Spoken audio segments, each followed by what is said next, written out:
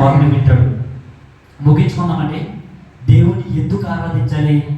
ఎందుకు ఆరాధించాలంటే దేవుని యొక్క కోపము అది చిన్నదైతే కాదు, అసాధ్యమైనదైతే కాదు. దేవుని కోపిస్తే మెరుపులు కూడా భయపడతాయి. అర్థమవుతుందా? ఇప్పుడు ఉదాహరణకి చెప్తాను, జాగ్రత్తగా అండి. ఇప్పుడు పిడుగులు వస్తున్నాయండి. పిడుగులు వచ్చేటప్పుడు పెద్ద శబ్దం వినిపించిందంటో మనకు భయం వస్తుందా రాదా? భయం ఉంటుందా ఉండదా?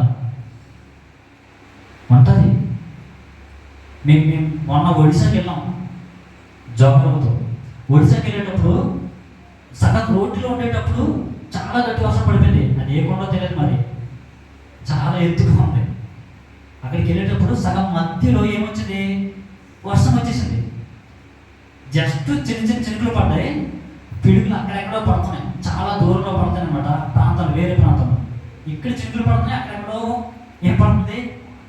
పిడుగులు పడుతున్నాయి. నేను చాలా విన్నాను, చూసాను, పేపర్లో చదివాను. పిడుగు వల్ల చనిపోయేవారు ఎంతోమంది. అవన్నీ నా మైండ్లో ఫీడ్ అయిపోయిన వల్ల వెంటనే నేను తొందర పెట్టేసాను. జోకర్ ఏమంటున్నాడు? చాలా వర్షం పడుతుంది, ఇక్కడే ఉందాం, చెట్టు కింద ఉందాం అన్నాడు. చెట్టు కిందే పిడుగులు పడతారంటే చెట్టు కింద ఉన్నాడు. చాలా భయం వేసింది నాకు. ఆ భయం అన్నమాట. పిడుగుల భయానికి భయపడి మనము దేవుని యొక్క భయానికి భయపడాలా భయపడకూడదా? మరి భయపడాలి కదా. మరి అలా భయపడితే మనం ప్రార్థన చేయడానికి శుక్రవారం పూట రావాలా రాకూడదా? మరి రావాలి. మరి ఎంతమంది వస్తారు? మరి చేతి ఎంత వద్దులేదు, ఎందుకంటే ఎత్తువారు ఎవరు రాదు. నాకేసు మంచిది, దేవునికి స్తోత్రం.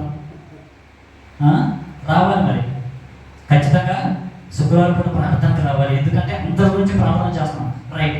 దేవుని ఎందుకు మనం ఆరాధించాలి? ఎందుకంటే ఆయన కోపిస్తే అంత భయంకరంగా ఉంటుంది కనుక మనం ఏం చేయాలి? ఆయన కోపము మనపైన వద్దు. ఆయన కోపము మనపైన కావాలనుకున్న చేతులు ఎత్తండి.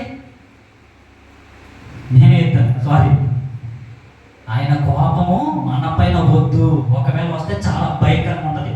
ఆయన కోపము చాలా భయంకరంగా ఉంటుంది కనుక మనం ఏం చేయాలి? మనము ఆరాధించాలి. ఆయన ఏం చేయాలి? ఆయన ఆరాధించాలి.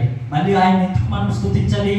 ఎందుకంటే కన్నీరుతో ప్రార్థన చేయగా, కన్నీరుతో విచారించగా ఆయన మన ప్రార్థన ఏం చేస్తాడు?